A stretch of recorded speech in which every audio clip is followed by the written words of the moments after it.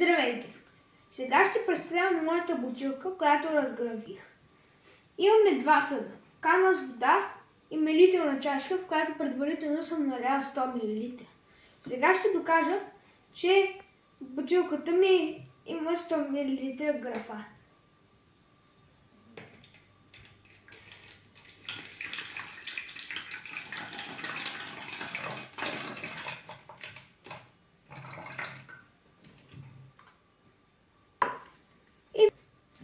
Виждаме, че в бутилката ми има точно 100 мл. Сега съм налял нови 100 в мерителната чашка и ще видим, че това доказва, че имам и 200 мл правилно разграфен.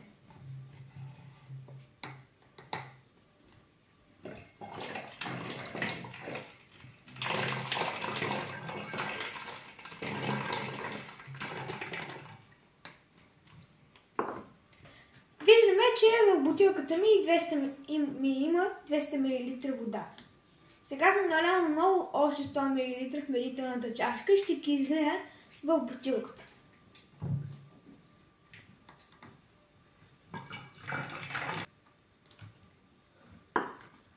Има точно 300 мл вода в бутилката ми. Това доказва, че моят мерителен съд е правилен. Благодаря ви за вниманието.